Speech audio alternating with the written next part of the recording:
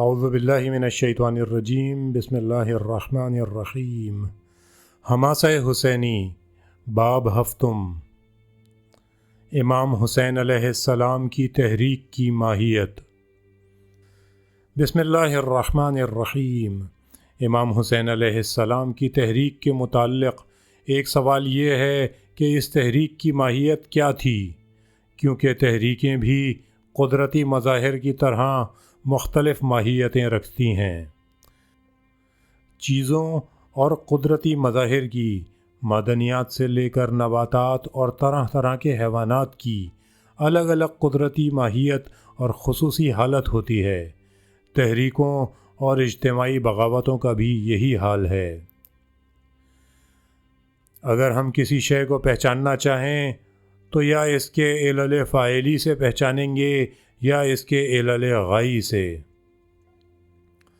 یا اس کے علل مادی سے، یعنی اس کو تشکیل دینے والے اجزاء اور عناصر سے، یا اس کی ظاہری شکل و صورت سے، یعنی مجموعی طور پر اس نے جو حالت، شکل اور خصوصیت اختیار کر لی ہے۔ اگر ہم کسی تحریک کی شناخت کرنا چاہیں تو اس کی ماہیت کا پتہ لگائیں، ان علل و وجوہات کو پہچانیں جس کے نتیجے میں یہ تحریک وجود میں آئی ہے۔ جب تک ہم ان کو نہیں پہچانیں گے اس تحریک کی ماہیت نہیں پہچان سکیں گے۔ پھر اس کے آخری علل فاعلی کو پہچانیں، یعنی اس تحریک کا ہدف کیا ہے۔ پہلے تو یہ کہ اس کا کوئی ہدف ہے بھی یا نہیں، اور اگر ہدف ہے تو کیا ہے۔ تیسرے ہم اس تحریک کے عناصر اور مشمولات کو پہچانیں کہ اس تحریک میں کون کون سے کام اور کون کون سے عمل انجام پذیر ہوئے ہیں۔ چوتھے ہم یہ دیکھیں کہ ان عملیات نے جو انجام پذیر ہوئے ہیں مجموعی طور پر کون سی شکل اختیار کی ہے۔ امام حسین علیہ السلام کی تحریک کے متعلق ایک مسئلہ درپیش ہے کہ کیا یہ قیام اور تحریک ایک قسم کا انفجار تھی، ایک قسم کا اچانک اور غیر متوقع عمل، جیسے کسی دیگ کو گرمی پہنچاتے ہیں تو اس کے اندر کا پانی بھاپ بن جاتا ہے اور نکاس بند ہوتے ہیں تو آخر میں وہ دیگ پھٹ جاتی ہے، جیسے وہ انفجار جو بعض انسانوں کے لیے ہوتے ہیں۔ جب انسان کچھ ایسے حالات میں پھنس جاتا ہے کہ باوجود یہ کہ ایک بات کہنا نہیں چاہتا تھا، لیکن اچانک یہ دیکھتا ہے کہ وہ آگ بگولا ہو گیا ہے، اور جس بات کو اس کا دل بھی نہیں چاہتا تھا کہ اس کے منہ سے نکلے، بے اختیار منہ سے نکل جاتی ہے۔ اسے کہتے ہیں انفجار، یعنی پھٹ پڑنا۔ بہت سی بغاوتیں انفجار ہوتی ہیں۔ ایک وہ مقام جہاں مکتب اسلام کی راہ آج کل کے مکاتب مادی کی راہ سے مختلف ہو جاتی ہے، یہ ہے کہ آج کل کے مادی مکاتب مخصوص جدلیاتی اصولوں کے مطابق یہ کہتے ہیں کہ اختلافات پر اصرار کرو، تکلیفوں میں اضافہ کرو، جس طرح ہو سکے شگافوں کو گہرا کرو، بلکہ صحیح اصلاحات کی بھی مخالفت کرو تاکہ سماج کو انفجار والے اچانک انقلاب کی طرف دھکیل سکو۔ اسلام انفجار کے انقلاب کا بالکل قائل نہیں ہے۔ اسلام کا انقلاب 100% جانا بوجھا ہوتا ہے اور مصمم ارادے اور پوری واقفیت اور انتخاب سے عمل میں آتا ہے۔ کیا امام حسین علیہ السلام کا واقعہ انفجاری انقلاب اور ایک انفجار تھا؟ کیا یہ کوئی کام تھا جس کا علم نہ تھا؟ کیا اس کی یہ صورت تھی کہ اس کے بہت زیادہ فشار کے باعث جو معاویہ کے زمانے سے بلکہ اس سے پہلے سے عوام پر اور امام کے خاندان پر ڈالا جاتا تھا کہ یزید کا زمانہ آیا تو پھر امام حسین علیہ السلام کی برداشت جواب دے گئی اور انہوں نے فرمایا کہ ہرچہ باد آباد، جو کچھ وہ چاہتا ہے ہو جائے، نعوذ باللہ۔ خود امام حسین علیہ السلام کی وہ باتیں جو نہ صرف اس تحریک کی ابتدا سے بلکہ معاویہ کی موت کے بعد سے شروع ہو جاتی ہے، وہ خط و کتابت جو آپ کے اور معاویہ کے درمیان ہوئی ہے، وہ تقریریں جو آپ نے مختلف موقعوں پر کی ہیں، ان میں سے وہ مشہور خطاب جو منی میں صحابہ پیغمبر صلی اللہ علیہ وآلہ وسلم کو جمع کر کے کیا، جس کا بیان تحف العقول میں ہے اور بہت مفصل ہے اور نہایت فصیح و بلیغ خطبے ہیں۔ یہ سب چیزیں بتاتی ہیں کہ یہ تحریک جو پورے علم کے ساتھ شروع ہوئی تھی انقلاب ہے، انفجار نہیں ہے۔ انقلاب ہے لیکن اسلامی انقلاب، انفجار نہیں ہے۔ جملہ خصوصیات میں سے امام حسین علیہ السلام کی ایک خوبی یہ ہے کہ آپ اپنے اصحاب میں سے ہر فرد کے سلسلے میں اپنے قیام کو انفجار والی شکل اختیار کرنے نہیں دیتے۔ امام حسین علیہ السلام ہر موقع پر اپنے اصحاب کو کسی نہ کسی بہانے سے رخصت کرنا کیوں چاہتے ہیں؟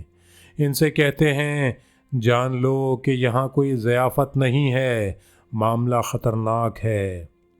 عاشور کی رات آتی ہے تب بھی آپ ایک خاص انداز میں ان سے گفتگو کرتے ہیں۔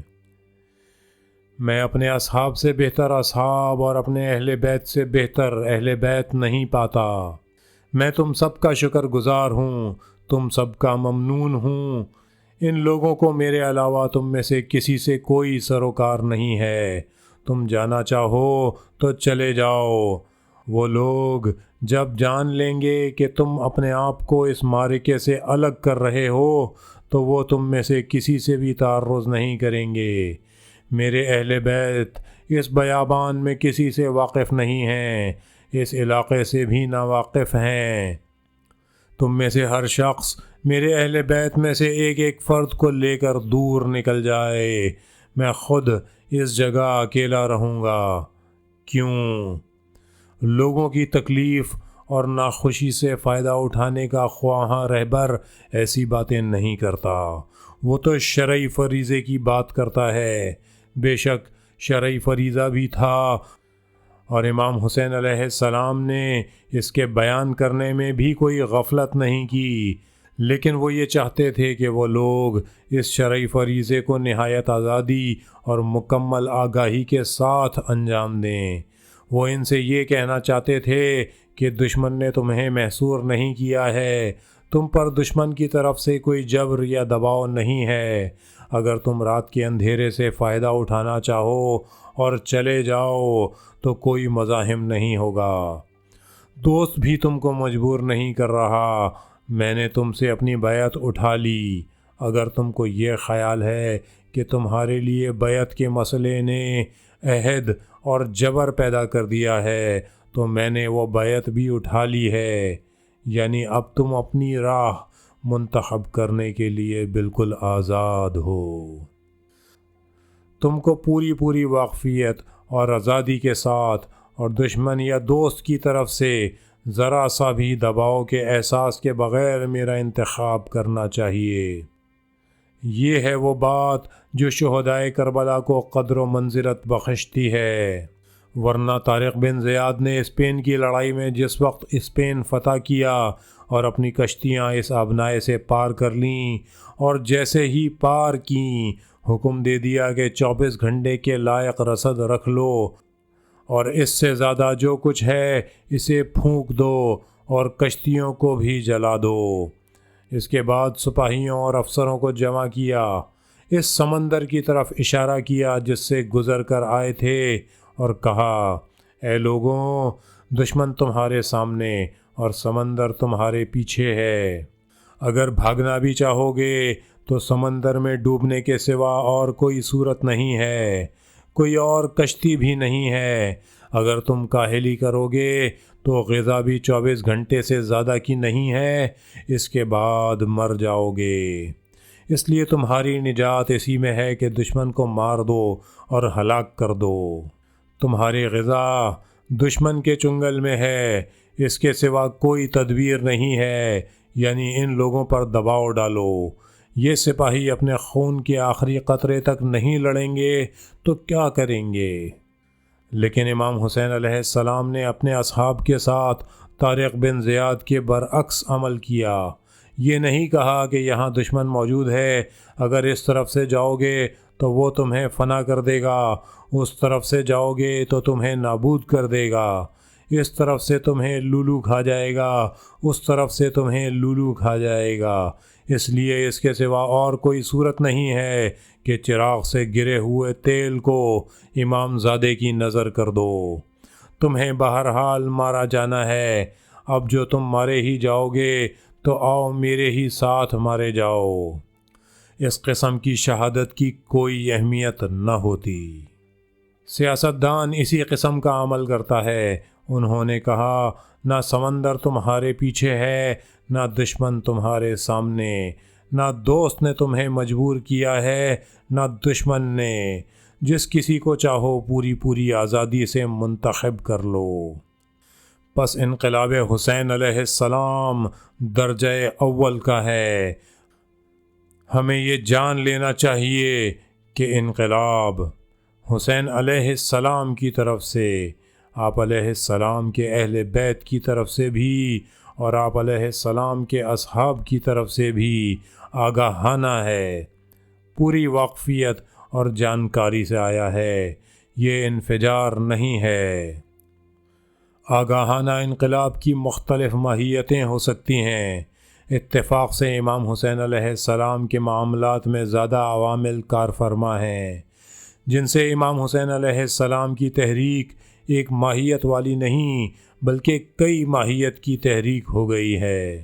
سماجی اور قدرتی مظاہر میں ایک فرق یہ ہے کہ قدرتی مظاہر صرف ایک ماہیت کے ہوتے ہیں، کئی ماہیتوں کے نہیں ہوتے۔ یہ نہیں ہو سکتا کہ ایک دھات میں بیک وقت سونے کی بھی ماہیت ہو اور تانبے کی بھی۔ البتہ سماجی مظاہر کی بیک وقت کئی ماہیتیں ہو سکتی ہیں۔ انسان خود ایک ایسا عجوبہ ہے جس کی بیک وقت کئی ماہیتیں ہو سکتی ہیں۔ سارٹر اور دوسروں نے کہا ہے کہ انسان کا وجود اس کی ماہیت پر مقدم ہے۔ یہاں تک بات درست ہے، اس کا وجود ماہیت پر تقدم رکھتا ہے، لیکن اس طرح نہیں، یعنی ان معنوں میں نہیں جن میں یہ کہتے ہیں کہ درست ہے۔ یہاں ایک بات اور بھی ہے کہ انسان کی ایک وقت میں کئی ماہیتیں ہو سکتی ہیں۔ فرشتے کی ماہیت ہو سکتی ہے اور اسی وقت سور کی بھی ماہیت ہو سکتی ہے، اسی وقت چیتے کی بھی ماہیت ہو سکتی ہے، اور یہ اسلامی تعلیم و تربیت کی ایک بڑی داستان ہے۔ سماجی مظاہر میں کئی ماہیتیں ہو سکتی ہیں۔ اتفاق سے امام حسین علیہ السلام کا قیام کئی ماہیتوں والا ایسا ہی مظہر ہے، کیونکہ اس میں مختلف عوامل اثر انداز ہیں۔ مثلاً کسی تحریک میں رد عمل کی ماہیت ہو سکتی ہے، یعنی صرف رد عمل ہو، ابتدا کرنے کی ماہیت ہو سکتی ہے۔ اگر کوئی تحریک رد عمل کی ماہیت رکھتی ہو تو ہو سکتا ہے کہ کسی واقعے کے مقابلے میں اس کا یہ رد عمل منفی ہو، اور یہ بھی ہو سکتا ہے کہ دوسرے واقعے کے مقابلے میں یہ رد عمل مثبت ہو۔ یہ سب باتیں امام حسین علیہ السلام کی تحریک میں ملتی ہیں۔ یہ وجہ ہے کہ ایک ہی تحریک کی کئی ماہیتیں ہیں۔ کس طرح؟ ایک عامل جو وقت کے لحاظ سے پہلا عامل ہے، بیعت کا مطالبہ ہے۔ امام حسین علیہ السلام مدینہ میں ہیں۔ معاویہ جس نے اپنے مرنے سے پہلے یزید کی جانشینی اپنے لیے واجب کر لی ہے اور جسے وہ پکا کرنا چاہتا ہے، مدینے آتا ہے، امام علیہ السلام سے بیعت لینا چاہتا ہے، اس وقت کامیاب نہیں ہوتا۔ اس کے مرنے کے بعد یزید بیعت لینا چاہتا ہے۔ بیعت کرنا یعنی مہر لگانا اور تصدیق و توثیق کرنا، نہ صرف خلافت یزید کی ذات کو بلکہ اس رواج کی روح سے جس کی بنیاد معاویہ نے ڈال دی ہے کہ جانے والا خلیفہ بعد کے خلیفہ کا تعین کیا کرے۔ یہ نہیں کہ ایک خلیفہ مر جائے، بعد میں لوگ اگلا خلیفہ مقرر کریں، یا اگر شیعہ ہوں تو پیغمبر صلی اللہ علیہ وآلہ وسلم کی نص کے مطابق عمل کریں۔ نہیں، ایک ایسی بات جو نہ شیعہ کہتے ہیں نہ سنی، ایک خلیفہ دوسرے خلیفہ کو یعنی اپنے بیٹے کو مسلمانوں کے لیے ولی عہد مقرر کرے۔ اس لیے یہ تنہا یزید جیسے قبیح اور رسوا انسان کی خلافت پر مہر تصدیق لگانا ہی نہیں ہے، بلکہ ایک ایسی سنت رائج کر کے مہر ثبت کرنا تھا جس کی پہلی بار معاویہ کے ذریعے بنیاد ڈالی جانی تھی۔ وہ لوگ امام حسین علیہ السلام سے اس لیے بیعت چاہتے ہیں، یعنی ان کی طرف سے ایک مطالبہ پیدا ہوا ہے۔ امام حسین علیہ السلام رد عمل کا اظہار کرتے ہیں، منفی رد عمل، تم بیعت چاہتے ہو، میں نہیں کرتا۔ یہاں امام حسین علیہ السلام کا عمل منفی عمل ہے۔ یہ تقویٰ کا تقاضا ہے۔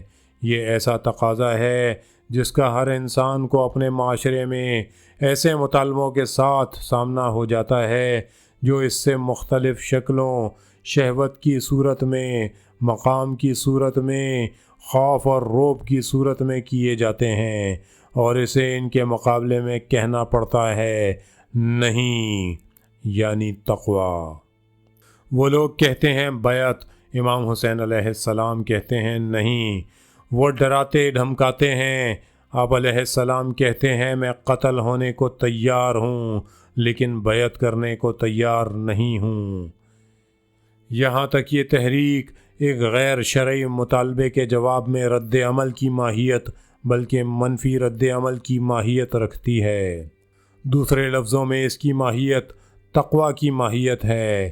لا الہ الا اللہ کے پہلے ٹکڑے یعنی لا الہ کی ماہیت ہے۔ غیر شرعی مطالبے کے جواب میں نہ کہنا تقویٰ ہے۔ لیکن تحریک حسینی میں جس عامل کا دخل تھا وہ صرف یہی تھا، جھگڑا نہیں تھا۔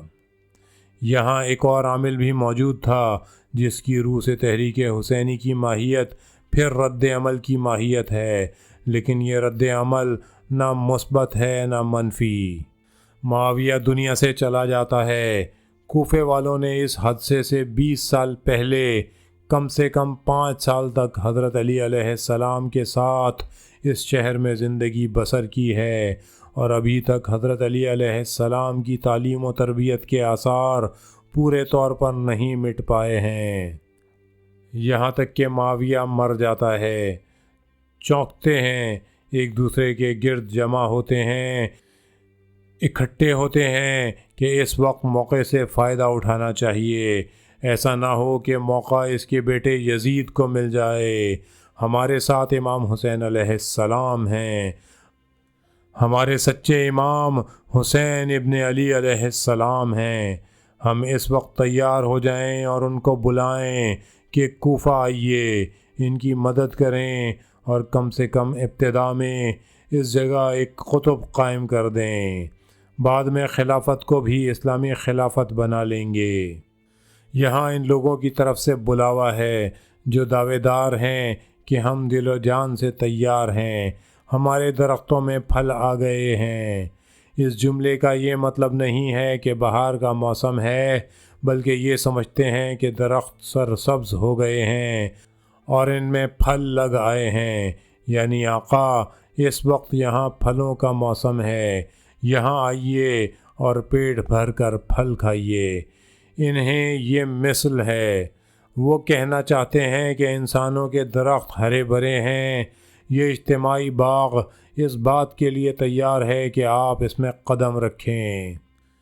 کوفہ اصل میں فوجی چھاؤنی رہا ہے، شروع ہی سے اس کی بنیاد چھاؤنی کے طور پر رکھی گئی تھی۔ یہ شہر خلیفہ حضرت عمر بن خطاب کے زمانے میں بسایا گیا تھا، اس سے پہلے اس کا نام ہیرا تھا۔ یہ شہر سعد بن ابی وقاص نے آباد کیا تھا، جو مسلمان سپاہی تھے، انہوں نے اسی چھاؤنی میں اپنے لیے گھر بنائے تھے، اس لیے ایک لحاظ سے یہ دنیا کا نہایت قوی ترین شہر تھا۔ اس شہر کے لوگ امام حسین علیہ السلام کو بلاتے ہیں، ایک شخص نہیں، 2 نہیں، 1000 نہیں، 5000 نہیں، 10,000 آدمی نہیں، بلکہ تقریباً 18,000 خطوط پہنچتے ہیں، جن میں سے بعض خطوط پر چند لوگوں نے اور کچھ اور خطوط پر 100 آدمیوں نے بھی دستخط کیے تھے۔ اگر ہم اوسط بھی نکالیں تو شاید 1 لاکھ آدمیوں نے حسین علیہ السلام کو خط لکھے تھے۔ یہاں حسین علیہ السلام کا رد عمل کیا ہونا چاہیے؟ ان پر حجت تمام ہو چکی ہے۔ یہاں رد عمل مثبت ہے اور آپ کے عمل کی ماہیت تعاون کی ماہیت ہے، یعنی مسلمانوں نے قیام کیا ہے۔ امام علیہ السلام کو چاہیے کہ ان کی مدد کو دوڑیں۔ یہاں منفی اور تقویٰ کی ماہیت نہیں ہے، مثبت ماہیت ہے۔ جو کام دوسروں سے شروع ہوا ہے، امام حسین علیہ السلام کو چاہیے کہ ان کی دعوت پر مثبت جواب دیں۔ یہاں ذمہ داری کیا ہے؟ وہاں پر ذمہ داری انکار کرنا تھا، نہ کہنا تھا۔ بیعت کے لحاظ سے امام حسین علیہ السلام کو صرف یہ کہنا چاہیے، نہیں، اپنے آپ کو پاک رکھیں اور گناہ سے آلودہ نہ کریں۔ لہٰذا اگر امام حسین علیہ السلام ابن عباس کی تجویز پر عمل کرتے اور چلے جاتے، کوہستان یمن میں رہتے جہاں یزید کے لشکری ان تک نہ پہنچ پاتے، تو وہ اپنے پہلے فریضے سے ضرور عہدہ برا ہو جاتے۔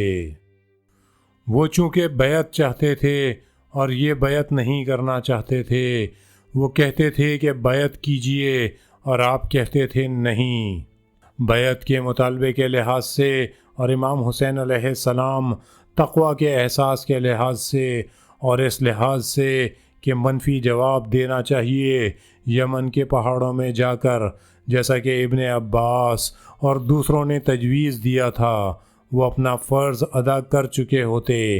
لیکن یہاں مسئلہ دعوت کا ہے، یہ نیا فریضہ ہے۔ مسلمانوں نے تقریباً 20,000 خطوط تقریباً 1,00,000 دستخطوں سے بھیجے ہیں۔ یہ اتمام حجت ہے۔ امام حسین علیہ السلام کی پہلی حرکت سے ظاہر تھا کہ وہ اہل کوفہ کو آمادہ نہیں سمجھتے، وہ ان کو سست اور مرعوب شدہ سمجھتے ہیں۔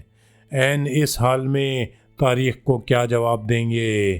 اگر امام حسین علیہ السلام کوفیوں کی طرف بالکل توجہ نہ کرتے تو ہم ہی لوگ جو آج یہاں بیٹھے ہیں یہ کہتے کہ امام حسین علیہ السلام نے مثبت جواب کیوں نہیں دیا۔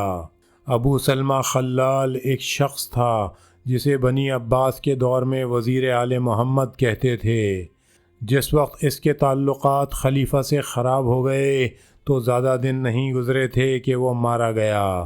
اس نے فوراً 2 خط لکھے، ایک امام جعفر صادق علیہ السلام کو اور ایک عبداللہ محض کو، اور دونوں کو بیک وقت دعوت دی اور کہا کہ میں اور ابو مسلم ابھی تک ان لوگوں کے لیے کام کرتے تھے، اب اس گھڑی سے ہم آپ کے لیے کام کرنا چاہتے ہیں، آئیے اور ہمارا ساتھ دیجیے، ہم انہیں نابود کر دیں۔ پہلی بات تو یہ ہے کہ جس وقت وہ 2 شخصوں کے لیے خط لکھتا ہے تو علامت یہ ہے کہ اس میں خلوص نہیں ہے۔ دوسری بات یہ ہے کہ جب خلیفہ عباسی سے اس کے تعلقات بگڑ گئے، اس کے بعد اس نے یہ خط لکھا ہے۔ جب امام جعفر صادق علیہ السلام کے پاس خط پہنچا تو آپ علیہ السلام نے پڑھا، پھر خط لانے والے کی آنکھوں کے سامنے خط کو آگ میں جلا دیا۔ اس شخص نے پوچھا، خط کا کیا جواب ہے؟ آپ علیہ السلام نے فرمایا، خط کا جواب یہی ہے۔ ابھی وہ واپس بھی نہیں پہنچا تھا کہ ابو سلمہ قتل ہو گیا، اور اب بھی ہم دیکھتے ہیں کہ بہت سے لوگ سوال کرتے ہیں کہ امام جعفر صادق علیہ السلام نے ابو سلمہ خلال کو، جس نے انہیں دعوت دی تھی، مثبت جواب کیوں نہیں دیا، منفی جواب کیوں دیا؟ حالانکہ ابو سلمہ خلال صرف ایک شخص تھا، دوسرے اس کی نیت خالص نہیں تھی، اور تیسرے جب اس نے خط لکھا تھا اس وقت پانی سر سے اونچا ہو چکا تھا۔ خلیفہ عباسی بھی سمجھ گیا تھا کہ یہ شخص اس کے ساتھ سچا نہیں ہے، اس لیے چند دنوں بعد اسے مروا ڈالا۔ اگر کوفیوں کے 18,000 خطوط مکہ اور مدینہ امام حسین علیہ السلام کے پاس جاتے اور امام حسین علیہ السلام مثبت جواب نہ دیتے تو تاریخ امام حسین علیہ السلام کو برا بھلا کہتی کہ اگر وہ کوفہ چلے جاتے تو یزید اور یزیدیت کی جڑ قلم ہو جاتی۔ کوفہ مسلمانوں کی فوجی چھاؤنی تھی۔ کوفہ میں حضرت علی علیہ السلام نے 5 سال تک زندگی بسر کی تھی، اور وہاں ابھی تک حضرت علی علیہ السلام کی تعلیمات کے آثار باقی تھے۔ وہ یتیم جنہیں حضرت علی علیہ السلام نے بڑا کیا تھا، اور وہ بیوائیں جن کی حضرت علی علیہ السلام نے سرپرستی کی تھی، ابھی زندہ ہیں، اور حضرت علی علیہ السلام کی آواز اس شہر کے لوگوں کے کانوں میں گونج رہی ہے۔ امام حسین علیہ السلام نے بزدلی دکھائی اور ڈر گئے، جو اس جگہ نہیں گئے، اگر چلے گئے ہوتے تو دنیا اسلام میں انقلاب آ جاتا۔ یہ وجہ ہے جو اس مقام پر فرض اس قسم کا جواب دیتا ہے کہ وہ کہتے ہیں تو ہم آمادہ ہیں۔ امام فرماتے ہیں میں آمادہ ہوں۔ اس اعتبار سے امام حسین علیہ السلام کا فرض کیا ہے؟ کوفہ کے لوگوں نے مجھے بلایا ہے، میں کوفے جا رہا ہوں۔ کوفے والوں نے مسلم سے اپنی بیعت توڑ دی ہے، میں واپس چلا جاتا ہوں۔ میں اپنے مقام کو جاتا ہوں، مدینے یا کسی اور جگہ چلا جاتا ہوں، تاکہ وہاں وہ لوگ جو چاہے کریں، یعنی اس سبب کے پیش نظر کہ ایک دعوت کے جواب میں ایک مثبت رد عمل ہے، امام حسین علیہ السلام کا فریضہ مثبت جواب دینا ہے، جب تک کہ دعوت دینے والے اپنی جگہ ثابت قدم رہیں۔ جس وقت وہ بدل گئے، پھر اس لحاظ سے امام حسین علیہ السلام کا کوئی فریضہ نہیں ہے اور نہ تھا۔ ان دونوں عامل میں سے کون سا دوسرے پر تقدم رکھتا تھا؟ کیا یہ پہلا عامل کہ امام حسین علیہ السلام نے بیعت سے انکار کر دیا، اور چونکہ بیعت سے انکار کر دیا اس لیے اہل کوفہ نے انہیں بلایا، یا کم سے کم وقت کے لحاظ سے ایسا ہوا، یعنی بیعت سے انکار کیے 1 مہینے سے زیادہ گزر جانے کے بعد اہل کوفہ کا دعوت نامہ پہنچا؟ یہ معاملہ اس کے برعکس تھا۔ پہلے اہل کوفہ نے آپ علیہ السلام کو بلایا تو امام حسین علیہ السلام نے دیکھا کہ اچھا انہوں نے اس وقت دعوت دی ہے تو مجھے بھی مثبت جواب دینا چاہیے۔ معلوم ہے کہ جو شخص اتنے بڑے کام کے لیے امیدوار ہوتا ہے، پھر اس کے لیے بیعت کرنے کے کوئی معنی نہیں ہوتے۔ انہوں نے اس لیے بیعت نہیں کی کہ اہل کوفہ کے مطالبے پر مثبت جواب دے چکے تھے۔ تاریخ کے مطابق ان دونوں عوامل میں سے کون سا پہلا ہے اور کیوں؟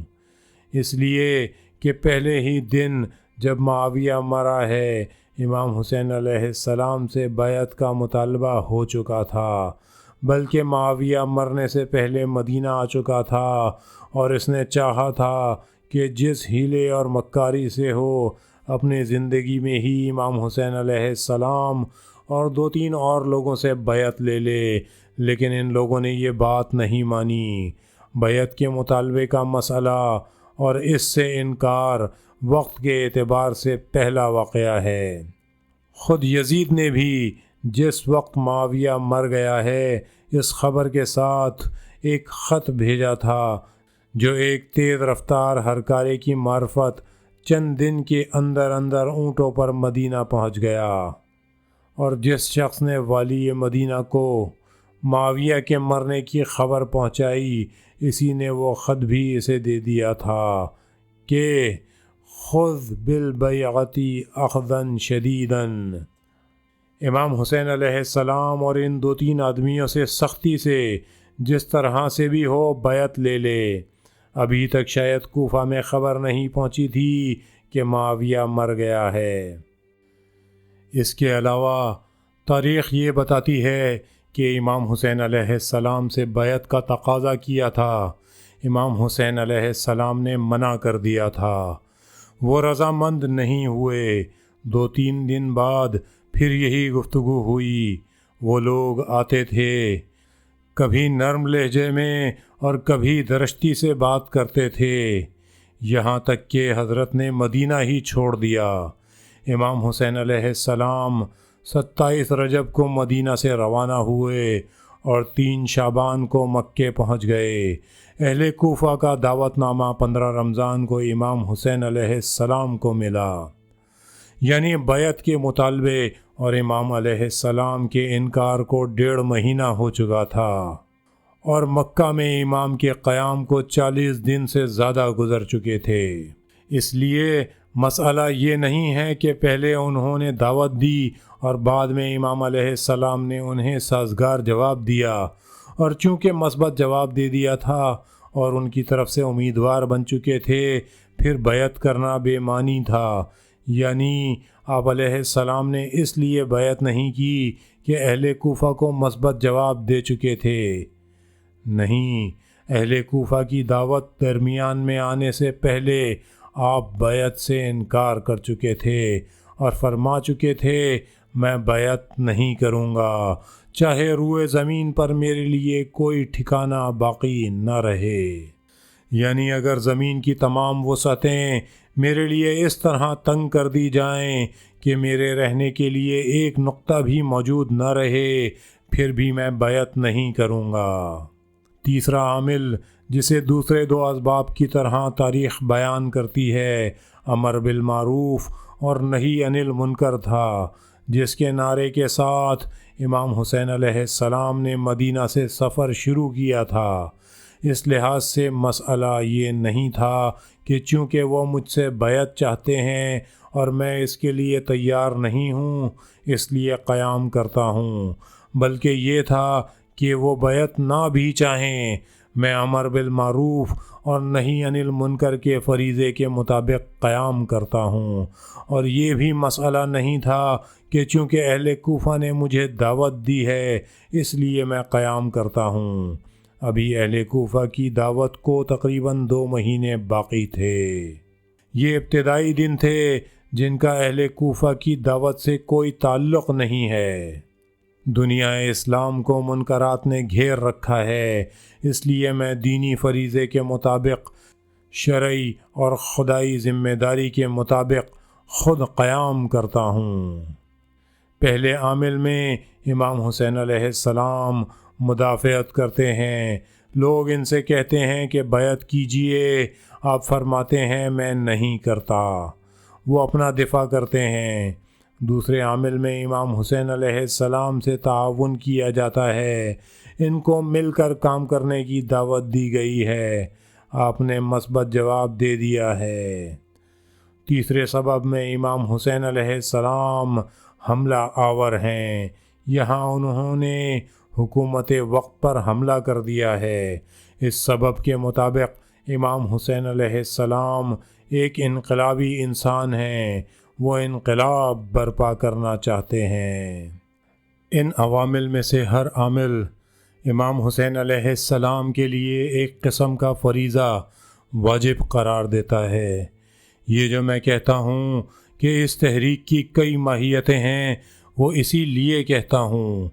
بیعت کے عامل کے لحاظ سے امام حسین علیہ السلام کا سوائے بیعت نہ کرنے کے اور کوئی فریضہ نہیں ہے۔ اگر ابن عباس کی تجویز پر بھی عمل کرتے اور پہاڑوں میں چلے جاتے تو وہ اس فریضے پر عمل کر چکے ہوتے۔ اس فریضے کے انجام کے لحاظ سے امام حسین علیہ السلام کا یہ فرض نہیں تھا کہ کسی اور آدمی کو بھی اپنے ساتھ کام کرنے کی دعوت دیں۔ انہوں نے مجھ سے بیعت چاہی ہے، میں بیعت نہیں کرتا۔ انہوں نے میری شرافت کا دامن آلودہ کرنا چاہا ہے، میں نہیں کرتا۔ اہل کوفہ کی دعوت کے عامل کے لحاظ سے آپ کا فرض یہ ہے کہ انہیں مثبت جواب دیں، اس لیے حجت تمام ہوئی ہے۔ ایک صاحب نے یہ سوال کیا کہ یہ اتمام حجت کس شکل میں ہوئی ہے، پھر مسئلہ امامت کیا ہوتا ہے؟ نہیں، مسئلہ امامت اس معنی میں نہیں ہے کہ امام کا کوئی شرعی فریضہ ہی نہ ہو۔ اتمام حجت اس بارے میں کوئی معنی نہیں رکھتا۔ حضرت علی علیہ السلام خطبہ شقشقیہ میں فرماتے ہیں، اپنے زمانہ خلافت کے بارے میں کہتے ہیں، اگر لوگ حاضر نہ ہوتے اور لوگوں کے سامنے مجھ پر حجت تمام نہ ہوتی، اور اگر خدا نے علماء اور داناؤں سے یہ عہد نہ لیا ہوتا کہ جب لوگ اس طرح تقسیم ہو جائیں کہ پیٹ بھروں نے زیادہ سیر ہو کر کھا لیا ہو اور فقیر بھوکے ہی رہ گئے ہوں، تو اس قابل اعتراض حالت کے خلاف بھوکوں کی حمایت میں اور زیادہ کھانے والوں کے خلاف قیام کرو۔ میں عہدہ خلافت قبول نہیں کرتا، میں ذاتی لحاظ سے اس کام سے کوئی تعلق نہیں رکھتا تھا، لیکن یہ فریضے اور ذمہ داریاں میرے عہدے کے ذمے لگا دی گئی تھیں۔ امام حسین علیہ السلام کا معاملہ بھی ایسا ہی ہے۔ اصولاً امام چونکہ امام ہوتا ہے، قابل تقلید ہوتا ہے، نمونہ ہوتا ہے، پیشوا ہوتا ہے، ہم امام کے عمل سے یہ سمجھ سکتے ہیں کہ فرائض کی تشخیص کس طرح کرنا چاہیے اور کس طرح عمل کرنا چاہیے۔ اہل کوفہ کی دعوت کے عامل کے لحاظ سے امام حسین علیہ السلام کا یہ فرض ہے کہ وہ کوفہ آئیں جب تک کہ وہ اپنے قول پر قائم ہیں۔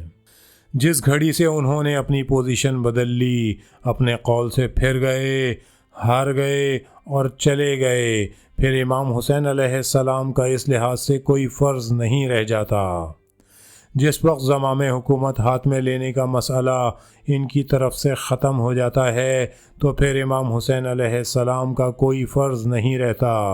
لیکن امام حسین علیہ السلام کا وہ کام جو اس پر منحصر نہیں تھا، یعنی اہل کوفہ کی دعوت، ایک وقتی عامل تھا، یعنی ایک ایسا عامل تھا جو 15 رمضان سے شروع ہوا، بار بار خطوط آتے جاتے رہے، اس وقت تک جاری رہا جب تک کہ امام حسین علیہ السلام کوفہ کے نزدیک یعنی عراق اور سعودی عرب کی سرحد تک نہ پہنچ گئے۔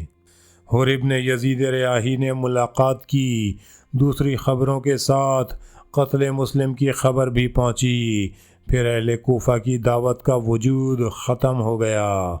اس نقطۂ نظر سے امام علیہ السلام کا کوئی فریضہ نہیں رہتا۔ اس لیے جب آپ اہل کوفہ سے بات کرتے ہیں، آپ کے مخاطب اہل کوفہ ہیں، یزید اور حکومت وقت نہیں ہے۔ ان سست شیعوں سے کہتے ہیں تم نے مجھے بلایا، میں آ گیا، تم نہیں چاہتے میں پلٹ جاتا ہوں، تم نے مجھے دعوت دی تھی، تمہارے بلاوے نے میرے لیے ایک فریضہ واجب کر دیا، لیکن اب جو تم پشیمان ہو گئے ہو تو میں واپس جاتا ہوں۔ کیا اس کا مطلب یہ ہے کہ میں بیعت بھی کروں گا؟ ہرگز نہیں، وہ عامل اور مسئلہ ہی دوسرا ہے، جیسا کہ آپ علیہ السلام نے خود فرمایا، چاہے تمام روئے زمین پر مجھے ایک نقطے کی بھی جگہ نہ ملے جہاں میں پناہ لے سکوں، میں پھر بھی بیعت نہیں کروں گا۔ امر بالمعروف اور نہی عن المنکر کے عامل کے لحاظ سے امام حسین علیہ السلام کی نظر میں کوئی اور مدافع نہیں، نہ انہیں کسی کا تعاون حاصل ہوتا ہے، بلکہ وہ ایک ہجوم ہے، ایک انقلاب ہے۔ کس طرح؟ نہیں، ان کے حساب سے یہ اپنی جگہ پر ہے۔ کتاب شہید جاوید کے مصنف نے اس مقام پر جو غلطی کی ہے وہ میرے خیال سے یہ ہے کہ اس نے اہل کوفہ کی دعوت کے عامل کو حد سے زیادہ اہمیت دے دی ہے، جیسے اس نے سمجھ لیا ہو کہ اصلی اور بنیادی سبب یہی ہے۔ بے شک یہ اجتہادی اور استنباط کے نتائج ہیں۔ ٹھیک، جو کوئی نتیجہ نکالتا ہے وہ غلطی بھی کرتا ہے، اس نے غلطی کی ہے، میں اس کے سوا اور کچھ نہیں کہنا چاہتا۔ یہ اجتہادی غلطی بری ہے۔ ان اسباب میں سب سے چھوٹا سبب اثر کے اعتبار سے اہل کوفہ کی دعوت ہے، ورنہ اگر یہ بنیادی عامل ہوتا تو جس وقت امام علیہ السلام کو خبر پہنچی کہ کوفہ کی فضا بدل گئی ہے تو امام علیہ السلام کو دوسری باتوں سے ہاتھ اٹھا لینا چاہیے تھا اور یہ کہنا چاہیے تھا، بہت اچھا، اب جو ایسا ہو گیا ہے تو ہم بیعت کیے لیتے ہیں، اب ہم امر بالمعروف اور نہی عن المنکر کی بات نہیں کریں گے۔ اتفاق کی بات ہے کہ معاملہ بالکل الٹا ہے۔ امام حسین علیہ السلام کا سب سے زیادہ شور انگیز اور پرہیجان خطبہ کوفے کی شکست کے بعد ہے۔ یہ وہ مقام ہے جو نشاندہی کرتا ہے کہ امام حسین علیہ السلام کس قدر امر بالمعروف اور نہی عن المنکر کے عامل پر زور دیتے ہیں اور کس حد تک اس فاسد حکومت پر حملہ کرتے ہیں۔ اس عامل کے لحاظ سے امام حسین علیہ السلام اس وقت کی فاسد حکومت پر ہجوم آور ہیں، انقلابی ہیں۔ راستے میں آپ کی نظر دو آدمیوں پر پڑتی ہے جو کوفے سے آ رہے ہیں۔ آپ علیہ السلام ٹھہر جاتے ہیں تاکہ ان سے بات چیت کریں۔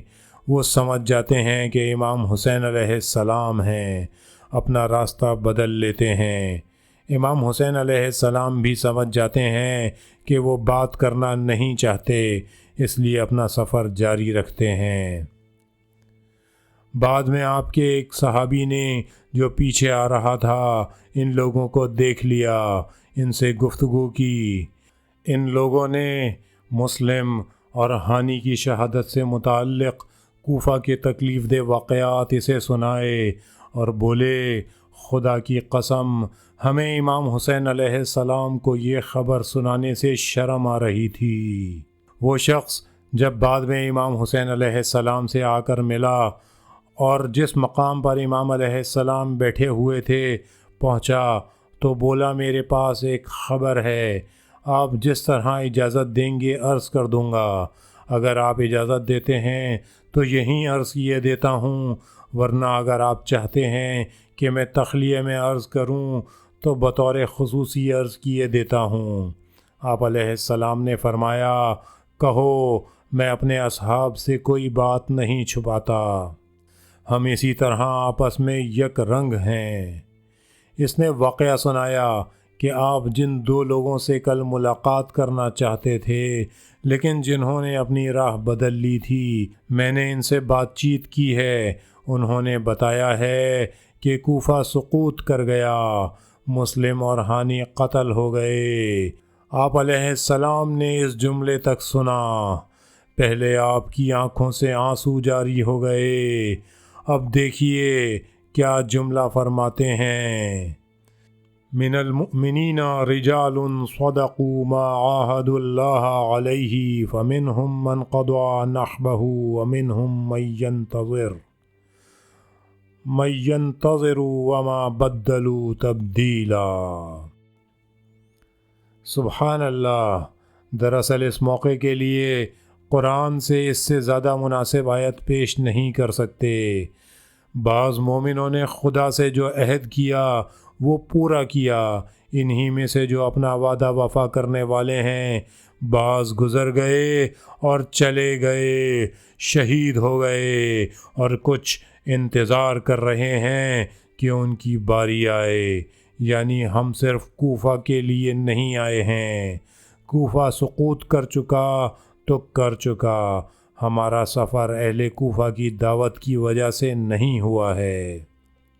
یہ بھی ایک عامل تھا جس نے ہمارے لیے یہ فریضہ لازم کر دیا کہ ہم جلدی جلدی مکے سے کوفے کی جانب آئیں۔ ہمارا فرض اس سے بھی بڑا اور اہم ہے۔ مسلم نے اپنا عہد نبھایا اور ان کا کام ختم ہو گیا، انجام کو پہنچ گیا، وہ شہید ہو گئے۔ مسلم کا وہ مقدر ہم بھی اپنائیں۔ اس لحاظ سے امام علیہ السلام ہجوم کرنے والے اور انقلابی تھے۔ آپ کی منطق میں اور دفاع و تعاون کی منطق میں فرق ہے۔ دفاع کی منطق ایک ایسے آدمی کی منطق ہے جو بیش قیمت چیز رکھتا ہے، چور اسے چرانا چاہتا ہے، ایسا ہو سکتا ہے کہ ڈھینگا مشتی کرے اور چور کو زمین پر دے مارے، لیکن اس بات کی فکر نہیں کرتا کہ اسے مضبوطی سے پکڑ کر اندر چلا جائے تاکہ چور اسے نہ چھینے۔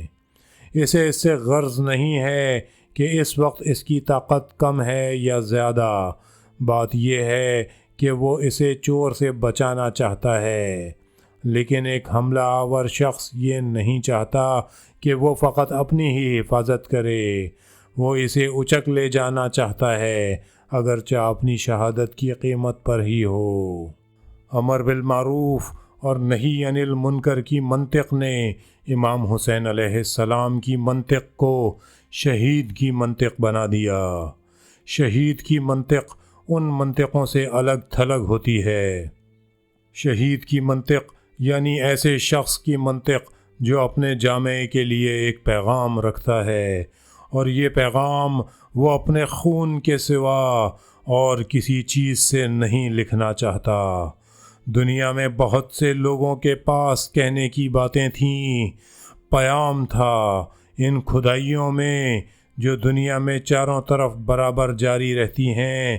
یہ دیکھتے ہیں کہ فلاں بادشاہ یا عوامی صدر کا سنگی کتبہ اس مضمون کا ملتا ہے، میں فلاں ابن فلاں ہوں، میں وہ ہوں جس نے فلاں مقام کو فتح کیا تھا، میں نے دنیا میں کتنی عمر پائی، کتنی شادیاں کیں، کتنا عیش کیا، کتنا کھایا پیا، کتنا ظلم و ستم کیا، پتھر پر لکھوا دیتے ہیں تاکہ مٹ نہ جائے، لیکن انہی پتھروں پر یہ بات بھی رہ جاتی ہے، لوگ بھول جاتے ہیں، زمین میں دفن ہو جاتا ہے، ہزاروں سال کے بعد زمین میں سے نکلتا ہے اور نیا نیا عجائب گھروں میں رکھ دیا جاتا ہے۔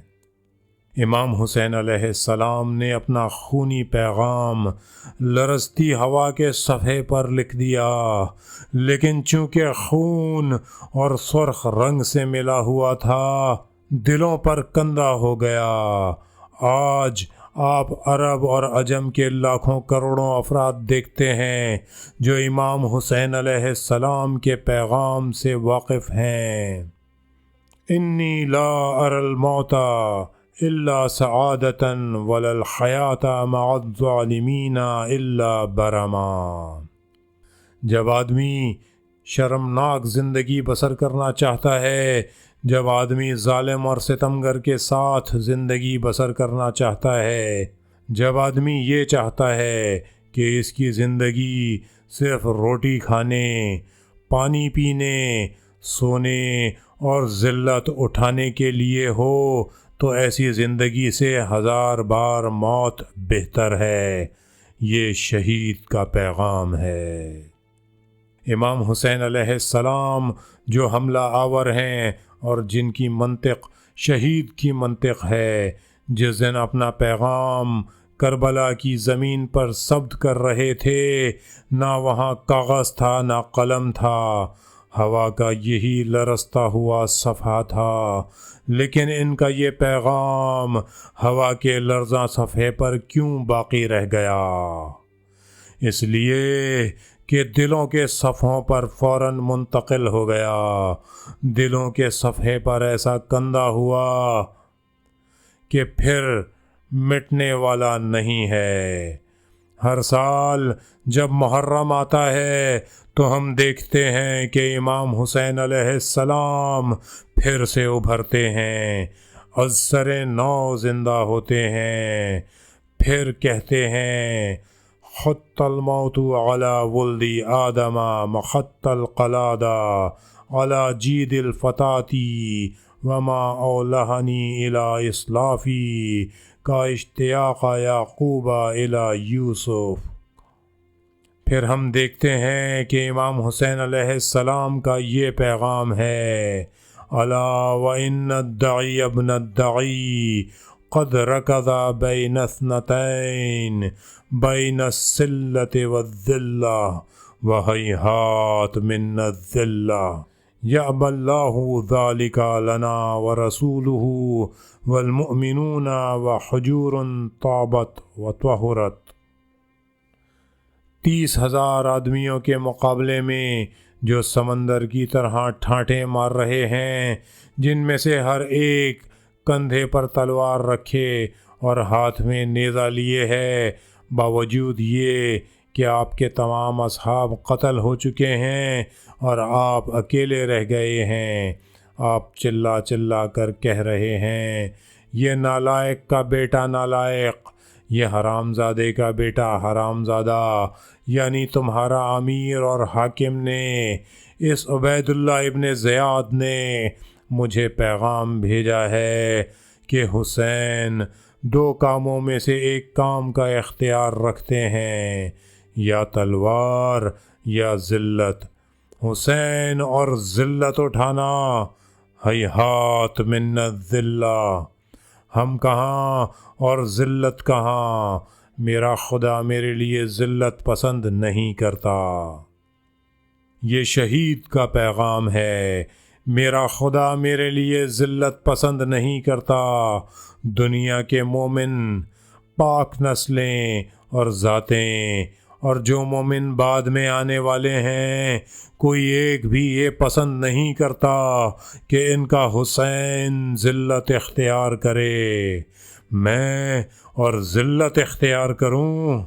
میں حضرت علی علیہ السلام کی گود میں پل کر بڑا ہوا ہوں، میں جناب زہرا سلام اللہ علیہا کی گود میں بڑا ہوا ہوں، میں نے جناب زہرا سلام اللہ علیہا کا دودھ پیا ہے، میں اور ذلت اختیار کروں؟ آپ نے جس دن مدینہ سے سفر شروع کیا، آپ حملہ آور تھے۔ آپ اپنے بھائی محمد بن حنفیہ کو جو وصیت نامہ لکھتے ہیں، اس میں کہتے ہیں انی ما خرجت اشرا ولا بطرا ولا مفسدا ولا ظالما انما خرجت لطلب الاصلاح فی امتی جدی اريد ان آمر بالمعروف وانہى عن المنکر واسیر بسیرتی جدی وابی علی بن ابی طالب علیہ السلام۔ دنیا والے جان لیں کہ میں کسی جاہ اور منصب کا خواہاں، تخریب کار، مفسد اور ظالم نہیں ہوں۔ میرے اہداف یہ نہیں ہیں۔ میرا قیام اصلاح کرنے والا قیام ہے۔ میں نے قیام کیا ہے، میں نے خروج کیا ہے، اس لیے کہ میں اپنے جد کی امت کی اصلاح کرنا چاہتا ہوں۔ میں امر بالمعروف اور نہی عن المنکر کرنا چاہتا ہوں۔ محمد ابن حنفیہ کے نام خط میں نہ بیعت مانگنے کا نام ہے، نہ اہل کوفہ کی دعوت کا تذکرہ ہے، کیونکہ اصل میں ابھی تک اہل کوفہ کا مسئلہ ہی سامنے نہیں آیا تھا۔ اس منطق میں یعنی حملے کی منطق، شہید کی منطق، امام حسین علیہ السلام کے انقلاب کو وسعت دینے اور پھیلانے کی منطق نے ایسے کام کیے ہیں جن کی توجیہ اس منطق کے سوا کسی اور منطق سے نہیں ہو سکتی۔ کس طرح اگر امام حسین علیہ السلام کی منطق صرف دفاع کی منطق ہوتی تو عاشور کی رات کو جب اپنے اصحاب کو رخصت کرتے ہیں، بیعت اٹھا لیتے ہیں تاکہ وہ لوگ آگاہی کے ساتھ اپنا کام منتخب کر لیں۔ پھر جب وہ اپنے کام کا انتخاب کر لیتے ہیں تو انہیں اپنے ساتھ رہنے کی اجازت نہ دیتے اور کہہ دیتے کہ شرعاً یہ بات جائز نہیں ہے کہ تم یہاں قتل کیے جاؤ۔ یہ لوگ مجھے قتل کرنا چاہتے ہیں، مجھ سے بیعت چاہتے ہیں، میرا فرض یہ ہے کہ میں بیعت نہ کروں، مارا گیا تو مارا گیا۔ یہ لوگ تمہیں نہیں مارنا چاہتے تو تم کیوں یہاں ٹھہرے ہو؟ نہیں، شرعاً یہ بات جائز نہیں ہے، تم لوگ چلے جاؤ۔ نہیں، ایسا نہیں ہے۔ تاثر اور انقلابی منطق میں، اس شخص کی منطق میں جو قیام کر رہا ہے اور اپنا پیغام اپنے خون سے لکھنا چاہتا ہے، اس موج میں جتنی وسعت اور پھیلاؤ پیدا ہو بہتر ہے۔ چنانچہ جب آپ کے دوست اور خاندان والے اپنی آمادگی کا اظہار کرتے ہیں تو آپ ان کے لیے دعا کرتے ہیں کہ خدا تمہیں خیر دے، خدا تم سب کو اجر عطا فرمائے۔ عاشور کی رات میں حبیب ابن مظاہر اسدی کو کیوں بھیجتے ہیں کہ بنی اسد کے پاس جاؤ اور ہو سکے تو کچھ آدمی میرے پاس لے آؤ؟ مگر بنی اسد کل کتنے تھے؟ اگر میں فرض کرتا ہوں کہ حبیب ابن مظاہر گئے اور بنی اسد کے 100 آدمی لے آئے تو یہ لوگ ان 30,000 کے مقابلے میں کیا کاریں نمایاں کر سکتے تھے؟ کیا حالات کو پلٹ سکتے تھے؟ ہرگز نہیں۔ امام حسین علیہ السلام چاہتے تھے کہ اس منطق میں جو حملے کی منطق، شہید کی منطق اور انقلاب کی منطق ہے، اس کے دامن میں وسعت پیدا ہو۔ اپنے خاندان کو جو ساتھ لائے تھے تو اسی لیے لائے تھے کہ ان کے پیام کا ایک حصہ ان کا خاندان بھی لوگوں تک پہنچائے۔ خود امام حسین علیہ السلام نے کوشش کی کہ جب یہ قضیہ یہاں تک بڑھ گیا ہے تو جتنا زیادہ پرسوز ہو سکے ہو جائے۔ بیج اس لیے بوئے کہ دنیا میں ہمیشہ پھل اور میوہ دیتا رہے۔ کربلا میں کیسے کیسے مناظر اور کیسے کیسے واقعات دیکھنے میں آئے جو واقعی نہایت حیرت انگیز ہیں۔ اب ہم دیکھیں کہ ان تینوں عامل میں، یعنی اہل کوفہ کی دعوت کا عامل جو اس تحریک کو تعاون کی ماہیت دیتا تھا، تقاضۂ بیعت کا عامل جو اس تحریک کو دفاعی ماہیت دیتا تھا، اور امر بالمعروف اور نہی عن المنکر کا عامل جو اس تحریک کو ہجوم کی ماہیت دیتا تھا، کون سے عامل کی اہمیت دوسرے سے بڑھ کر ہے؟ اس میں شک نہیں ہے کہ ان اسباب کی اہمیت ایک ہی درجے کی نہیں، ہر عامل ایک مقررہ درجے کی اہمیت رکھتا ہے اور اس تحریک کو اسی درجے کی اہمیت بخشتا ہے۔ اہل کوفہ کی دعوت کا عامل اس لیے کہ لوگوں نے اس شخص کے لیے آمادگی ظاہر کر دی ہے جو اس کام کے لیے نامزد ہو چکا ہے، اور اس نے بھی بلا کسی تاخیر اپنی آمادگی کا اعلان کر دیا۔ بہت اہمیت کا حامل ہے، لیکن اس سے بھی زیادہ تقاضۂ بیعت اور امام حسین علیہ السلام کا انکار، قتل ہو جانے پر آمادہ مگر بیعت سے انکار کا عامل اہمیت رکھتا ہے۔ تیسرا عامل جو امر بالمعروف اور نہی عن المنکر ہے، اس سے بھی زیادہ اہم ہے۔ اس بنا پر تیسرے عامل نے تحریک حسینی کو سب سے زیادہ اہمیت بخشی ہے۔ اس اہمیت کے متعلق جو کوئی عامل کسی تحریک کو عطا کرتا ہے، اور اس اہمیت کے متعلق جو اس تحریک کا بانی اس عامل کو بخشتا ہے، میں ایک بات آپ کی خدمت میں عرض کرتا ہوں۔ بہت سی چیزیں، چاہے وہ روحانیت کی ہوں چاہے مادی امور میں سے ہوں، انسان کے لیے اہم ہوتی ہیں، افتخار ہوتی ہیں، زینت ہوتی ہیں، زیور ہوتی ہیں۔ علم بے شبہ انسانوں کے لیے زینت ہے۔ عہدے اور مقامات، خصوصاً خدائی عہدے اور مقامات، انسان کے لیے فخر کا موجب ہوتے ہیں، اہمیت رکھتے ہیں، انسان کو وقار اور منزلت بخشتے ہیں۔ وہ ظاہری چیز جو ان اہمیتوں کی نمائندہ ہے، انسان کو اہمیت عطا کرتی ہے۔ مثلاً کوئی شخص روحانیت کا لباس پہنتا ہے، بے شک روحانیت کا لباس صرف روحانی ہونے یعنی اسلامی معارف کا علم اور اسلامی تقوی رکھنے کی دلیل نہیں ہے۔ روحانی یعنی معارف اسلامی کا عالم اور اسلامی احکام پر عامل۔ یہ لباس اس کی علامت ہے کہ میں روحانی ہوں۔ اب اگر کوئی شخص حقیقت کے مطابق پہنے ہوئے ہے تو علامت صحیح ہے، ورنہ صحیح نہیں ہے۔ بہرحال یہ لباس اس وجہ سے کہ اسے ایسے لوگوں نے زیادہ پہنا ہے جن میں روحانیت کی معنویت اور حقیقت رہی ہے، اس شخص کے لیے بھی جو اسے پہن لیتا ہے لازمی طور پر وجہ افتخار بن جاتا ہے۔ میں بھی جو اس لباس کے پہننے کی صلاحیت نہیں رکھتا، اور تم جو مجھے نہیں پہچانتے، کسی جلسے میں جب میرے سامنے آؤ گے تو اسی لباس کی بدولت جو تم مجھے پہنے دیکھو گے تو اسی ناوقفیت کے عالم میں بڑا احترام کرنے لگو گے۔ تو یہ لباس اس کے لیے افتخار ہے جو اسے پہن لیتا ہے۔ یونیورسٹی کے استاد کا لباس یونیورسٹی کے استاد کے لیے افتخار ہے، اور وہ جس وقت یہ لباس پہن لیتا ہے تو اس پر فخر کرتا ہے۔ عورت کے لیے زیور سجاوٹ کا ذریعہ ہیں۔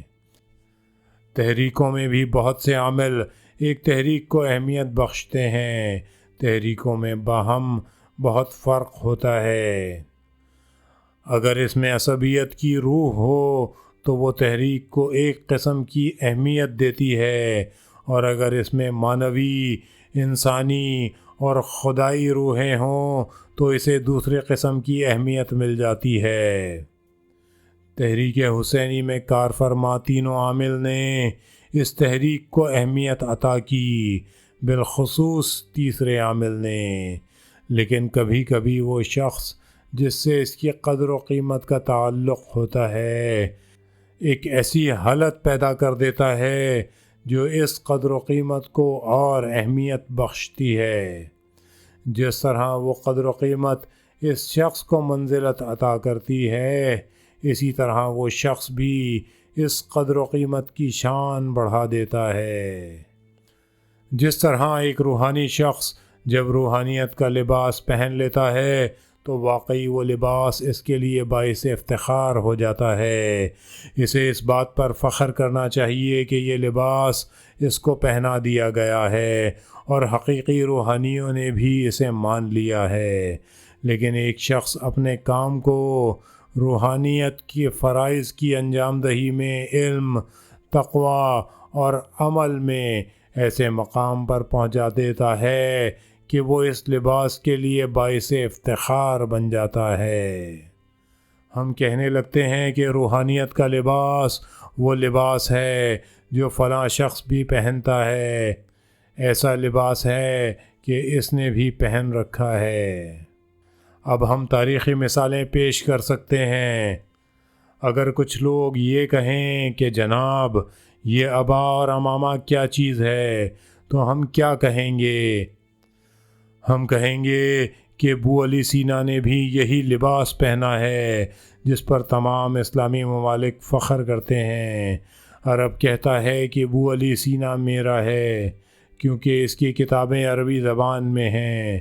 ایرانی کہتا ہے کہ وہ میرا ہے کیونکہ وہ بلخی ہے، اور بلخ قدیم زمانے سے ایرانی سرزمین چلی آ رہی ہے۔ روسی کہتے ہیں کہ وہ ہمارا ہے اس لیے بلخ اس وقت ہمارے ملک میں شامل ہے۔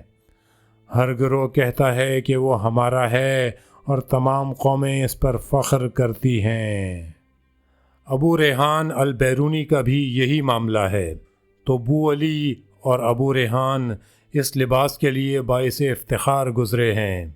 شیخ انصاری، خواجہ نصیر الدین طوسی نے بھی لباس روحانیت سے افتخار پایا ہے، اور لباس روحانیت کو خود بھی افتخار بخشا ہے۔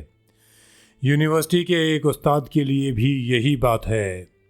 کچھ لوگوں کے لیے استادی کا لباس باعث افتخار ہوتا ہے، لیکن اس بات کا بھی امکان ہے کہ کسی استاد کی شان کو استادی کے کام، علم، تخصص اور تحقیق میں اتنی بلندی مل جائے کہ وہ استادی کے لباس کے لیے باعث افتخار بن جائے۔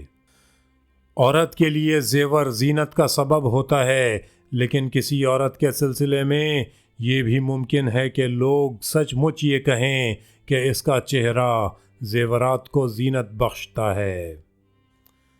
امیر المومنین علیہ السلام کے ایک صحابی سوسہ ابن سوحان عبدی کا ایک جملہ بہت موزوں اور اچھا ہے۔ جناب سوسہ حضرت علی کے خاص صحابی ہیں۔ حضرت علی علیہ السلام سے حساب میں تربیت پائے ہوئے خطیب بھی ہیں۔ عرب کا اول درجے کا ادیب حافظ کہتا ہے کہ سوزا ایک خطیب تھے، اور ان کے خطیب ہونے کی بہترین دلیل یہ ہے کہ کبھی کبھی حضرت علی ابن ابی طالب علیہ السلام ان سے کہہ دیتے تھے کہ کھڑے ہو کر کچھ کلمے کہہ دو۔ یہ سوزا وہی ہیں جنہوں نے حضرت علی علیہ السلام کی قبر پر بھی نہایت اعلیٰ اور پرسوز تقریر کی ہے۔ اس شخص نے امیر المومنین علیہ السلام کو آپ کی خلافت پر 3-4 دلکش جملوں میں مبارکباد دی تھی۔ جس وقت امیر المومنین علیہ السلام خلیفہ ہوئے تو لوگ مبارکباد دینے آئے تھے۔ ایک مبارکباد جناب سوسا نے بھی کہی تھی۔ آپ نے کھڑے ہو کر امیر المومنین کو خطاب کرتے ہوئے کہا، انہوں نے کہا، اے علی، آپ خلیفہ ہو گئے تو خلافت نے آپ کو کوئی زینت نہیں بخشی، بلکہ آپ نے خلافت کو 4 چاند لگا دیے۔ خلافت نے تم کو اونچا نہیں کیا جو آپ خلیفہ ہوئے، بلکہ آپ نے خلافت کے مقام کو بلند کر دیا۔ اے علی، آپ خلافت کے محتاج نہیں تھے، بلکہ خلافت کو آپ کی ضرورت تھی۔ یعنی اے علی علیہ السلام، میں خلافت کو مبارکباد دیتا ہوں کہ آج اس کا نام آپ پر رکھا گیا ہے۔ میں آپ کو مبارکباد نہیں دیتا ہوں کہ آپ خلیفہ ہو گئے، میں خلافت کو مبارکباد دیتا ہوں کہ آپ خلیفہ ہو گئے۔ آپ کو مبارکباد نہیں دیتا کہ آپ خلیفہ ہو گئے۔ اس سے بہتر نہیں کہا جا سکتا۔ امر بالمعروف و نہی عن المنکر کے عنصر نے حسینی تحریک کو قدر و قیمت بخشی، لیکن امام حسین علیہ السلام نے بھی امر بالمعروف اور نہی عن المنکر کو منزلت بخشی۔ امر بالمعروف و نہی عن المنکر تحریک حسینی کو بلندی پر لے گیا، لیکن امام حسین علیہ السلام نے اس اصل کو اس شکل میں اور اس طریقے سے جاری کیا کہ اس اصول کی شان بلند ہو گئی۔ آپ نے امر بالمعروف و نہی عن المنکر کے اصل کے سر پر فخر کا تاج رکھ دیا۔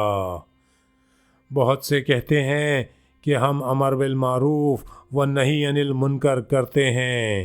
امام حسین علیہ السلام نے بھی دوسروں کی طرح پہلے صرف ایک ہی جملہ کہا، اريد ان آمر بالمعروف وانہا عن المنکر واسیر بسیرتی جدی و ابی علی بن ابی طالب علیہ السلام۔ خود اسلام کی بھی یہی بات ہے۔ اسلام ہر مسلمان کے لیے افتخار کا باعث ہے، لیکن ایسے مسلمان بھی ہیں جو اس لفظ کے حقیقی معنوں میں اسلام کا فخر ہیں، دین کی عزت ہیں، دین کا شرف ہیں، اسلام کا شرف ہیں۔ ہم لوگوں کو تعارف کراتے وقت اکثر ان میں یہ القاب دیتے ہیں، لیکن سب لوگ تو ایسے نہیں ہیں۔ ایک بندہ کسی کے بارے میں ایسی بات کہے تو وہ محض جھوٹ ہے۔ اگر میں کہوں کہ میں فخر اسلام ہوں، اسلام کے لیے میرا وجود باعث افتخار ہے، تو میں کون ہوں؟ مجھے یاد ہے کہ 7-8 سال پہلے مجھے شیراز دانشگاہ میں تقریر کرنے کے لیے بلایا گیا تھا۔ وہاں استاد حتیٰ رئیس سبھی موجود تھے۔ وہاں کے ایک استاد کو میرا تعارف کرانے پر مامور کیا گیا، جو پہلے وہاں طالب علم تھے، پھر انہوں نے امریکہ جا کر تعلیم حاصل کی اور ڈاکٹر ہو کر واپس آئے، اور واقعی وہ ایک فاضل شخص بھی ہیں۔ وہ آئے اور منصہ خطاب روسٹرم کے پیچھے کھڑے ہو گئے، کچھ تعارف کرایا، میں فلاں شخص کو جانتا ہوں، حوضہ قم ایسا ویسا وغیرہ۔ اپنی باتوں کے آخر میں یہ جملہ بھی کہا، میں یہ جملہ کمال جرت سے کہتا ہوں، اگر دوسروں کے لیے روحانیت کا لباس باعث فخر ہے تو فلاں شخص لباس روحانیت کے لیے باعث افتخار ہے۔ اس بات سے میں جل گیا۔ میں کھڑے ہو کر تقریر کر رہا تھا۔ میں نے اپنی آبا پہلے لپیٹ کر منصہ خطاب پر رکھ دی۔ میں نے کچھ باتیں کیں، ان صاحب کی طرف رخ کیا اور کہنے لگا، جناب والا، یہ کیا بات تھی جو آپ کی زبان سے ادا ہوئی؟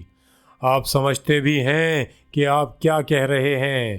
میں کیا چیز ہوں جو آپ کہتے ہیں کہ یہ شخص اس لباس کے لیے فخر کا باعث ہے؟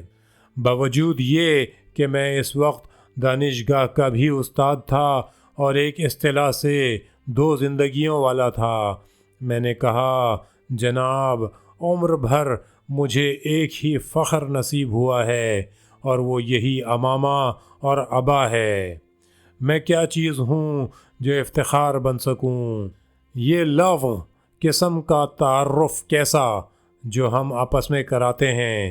جناب ابو ذر غفاری کو کہنا چاہیے کہ اسلام کا افتخار ہیں۔ یہ اسلام وہ ہے جسے جناب ابو ذر نے پالا۔ عمار یاسر اسلام کا افتخار ہیں۔ یہ اسلام وہ ہے جس کی پرورش عمار یاسر نے کی ہے۔ بو علی سینا اسلام کا افتخار ہیں۔ یہ اسلام وہ ہے جسے بو علی سینا کی ذہانت نے شگفتہ کیا ہے۔ خواجہ نصیر الدین طوسی اسلام کا افتخار ہے۔ صدر المطلعین شیرازی اسلام کا افتخار ہیں۔ شیخ مرتضیٰ انصاری اسلام کا افتخار ہیں۔ میر داماد اسلام کا افتخار ہیں۔ شیخ بہائی اسلام کا افتخار ہیں۔ اسلام بے شک افتخار رکھتا ہے، یعنی اس نے ایسے ایسے فرزندوں کی تربیت کی ہے جنہیں دنیا شمار میں لاتی ہے، اور شمار میں لانا بھی چاہیے، کیونکہ یہ دنیا کے فرہنگ میں مؤثر نقوش چھوڑ گئے ہیں۔ دنیا یہ نہیں کر سکتی کہ چاند کے کرے کے ایک حصے کو خواجہ نصیر الدین طوسی کے نام سے مخصوص کرے اور چاند کے کرے کے ایک حصے کا نام اس کے نام پر رکھے۔ کیوں؟ اس لیے کہ چاند کے کرے کے متعلق بعض انکشافات میں اس کا بھی دخل ہے۔ اسے کہنا چاہیے افتخار اسلام۔ ہم کون ہوتے ہیں؟ ہماری کیا اہمیت ہے؟ اگر ہمیں اسلام قبول کرے تو اسلام ہمارا افتخار ہوگا۔ اگر اسلام یہ مان لے کہ وہ ہمارے سینے پر تمغے کی شکل میں آویزاں رہے تو ہم بہت ممنون بھی ہوں گے۔ کیا ہم اسلام کے سینے پر تمغہ بن گئے ہیں؟ ہم عالم اسلام کے لیے باعث شرم ہیں۔ ہم مسلمانوں کی اکثریت عالم اسلام کے لیے باعث شرم ہے۔ تو دوسرے تعارفوں کو چھوڑیے، اصلی تعارف یہ ہے۔ امام حسین علیہ السلام کے بارے میں حق ہوگا اگر یہ کہا جائے کہ انہوں نے امر بالمعروف اور نہی عن المنکر کے اصول کو قدر و قیمت دی، اعتبار بخشا، آبرو عطا کی۔ یہ اصول جو مسلمانوں کی آبرو ہے، یہ جو میں کہہ رہا ہوں کہ یہ اصول مسلمانوں کی آبرو ہے اور مسلمانوں کو وقار و منزلت عطا کرتا ہے، یہ میں اپنی طرف سے نہیں کہہ رہا ہوں، یہ قرآنی آیت کی عین تفسیر ہے۔ کنتم خیر امت اخرجت للناس تأمرون بالمعروف وتنہون عن المنکر۔ دیکھیے قرآن کیسی تعریف کرتا ہے۔ بخدا آدمی کو قرآن کی ان تعریفوں پر حیرت ہوتی ہے۔ کنتم خیر امت اخرجت للناس، تم ایسے رہے ہو، تم سب سے اہم اور باوقار قوم ہو جو انسانوں کے لیے وجود میں آئی ہے۔ لیکن وہ کون سی چیز ہے جس نے تمہیں اتنی منزلت بخشی ہے اور بخش رہی ہے کہ اگر وہ تمہارے پاس ہے تو تم اہم ترین قوم ہو؟ تأمرون بالمعروف وتنہون عن المنکر، اگر تمہارے پاس امر بالمعروف اور نہی عن المنکر ہو تو یہ اصول تم مسلمان قوم کو منزلت عطا کرے گا۔ تم اس وجہ سے اہم ترین امت ہو کہ تمہارے پاس یہ اصول موجود ہے، تمہیں اسی اصول نے اہمیت بخشی ہے، تو کیا جس دن یہ اصول ہمارے پاس نہیں رہے گا ہم بے وقار قوم بن جائیں گے؟ ہاں، یقیناً یہی ہے، لیکن امام حسین علیہ السلام نے اس اصول کو مقام و منزلت اور اہمیت عطا کی۔ بعض اوقات ہم امر بالمعروف اور نہی عن المنکر کرتے ہیں، لیکن ہم اس اصول کو نہ صرف اہمیت نہیں دیتے، بعض اوقات ہم امر بالمعروف اور نہی عن المنکر کرتے ہیں، لیکن ہم اس اصول کو نہ صرف اہمیت نہیں دیتے بلکہ اس کے مقام کو 100 درجے نیچے لے آتے ہیں۔ اس وقت عوام کے خیال میں امر بالمعروف اور نہی عن المنکر کسے کہتے ہیں؟ بہت چھوٹے چھوٹے جزوی مسائل کو، جنہیں میں نادرست مسائل نہیں کہتا، لیکن یہ جس وقت اپنے کل میں واقع ہوں تو مناسب ہیں۔ مثلاً امر بالمعروف اور نہی عن المنکر اگر کسی شخص کے لیے یہی ہو کہ جناب آپ اپنی انگلی سے یہ سونے کی انگوٹھی اتار لیجئے، یہ بات اپنی جگہ ٹھیک ہے، صحیح بات ہے، لیکن یہ نہیں ہونا چاہیے کہ آدمی کوئی اور منکر ہی نہ دیکھے، بجز اس کے کہ بجز داڑھی کے مسئلے کے، بجز کوٹ شلوار سے متعلق مسائل کے۔ ایک صاحب کہتے ہیں، میں نے ایک شخص کو دیکھا جو ایک اور شخص کے بارے میں بہت بڑبڑا رہا تھا اور غصے میں اسے کافر اور فاسق تک کہہ رہا تھا۔ میں نے اس سے پوچھا کہ اس نے ایسا کیا کیا جو تم اسے اس قدر برا سمجھ رہے ہو؟ اس نے جواب دیا کہ وہ مڑی ہوئی قمیض کا آدمی ہے، یعنی اس کی قمیض کالر والی ہے۔ اب جب کہ ہمارا نہی عن المنکر اس حد تک تنزل کر جائے تو ہم نے گویا اس اصول کو گرا دیا ہے، حقیر اور چھوٹا بنا دیا ہے۔ جو آمر بالمعروف اور ناہی عن المنکر سعودی ملک میں موجود ہیں، انہوں نے تو امر بالمعروف اور نہی عن المنکر کی آبرو ہی ختم کر دی ہے۔ بس ایک کوڑا ہاتھ میں لیے پھرتے ہیں کہ کوئی کعبہ یا پیغمبر اکرم صلی اللہ علیہ وآلہ وسلم کی ذریح کا بوسہ نہ لے سکے۔ کیا یہ بھی کوئی نہی عن المنکر ہے؟ لیکن امام حسین علیہ السلام کو دیکھیے، امر بالمعروف اور نہی عن المنکر ان کا کام تھا، جو بنیاد سے اسلام کی تمام نیکیوں پر نظر رکھتے تھے اور ان کی فہرست بتاتے تھے، اور دنیا اسلام کی تمام برائیوں پر بھی ان کی نظر تھی۔ وہ فرماتے تھے کہ دنیا اسلام کی سب سے پہلی اور سب سے بڑی برائی خود یزید ہے۔ امام اور رہبر وہ شخص ہوتا ہے جو خود کتاب پر عامل ہو، خود عدالت قائم کرے اور خدا کے دین کا ماننے والا ہو۔ اس اصل کی راہ میں جو کچھ ہے اسے اخلاص سے پیش کرنا چاہیے۔ امر بالمعروف اور نہی عن المنکر کی راہ کو موت سے سجایا، اس موت کو شکوہ اور جلال بخشا۔ جس دن گھر سے نکلے ہیں اسی دن سے اچھی موت کی باتیں کرتے ہیں۔ کتنی اچھی باتیں ہیں، ہر موت کو اچھا نہیں کہتے تھے، حق اور حقیقت کی خاطر موت کو اچھا سمجھتے تھے۔ خط الموت علی ولد آدم مخط القلادۃ علی جید الفتح۔ ایسی موت انسان کی ایسی ہی زینت ہوتی ہے جیسی زینت گلوبند کسی عورت کے لیے ہوتا ہے۔ اس سے بھی زیادہ صاف وہ اشعار ہیں جو آپ علیہ السلام کربلا کی طرف آتے ہوئے راستے میں پڑھتے تھے، جو غالباً خود انہی کے ہیں، یا ہو سکتا ہے کہ امیر المومنین علی علیہ السلام کے ہوں۔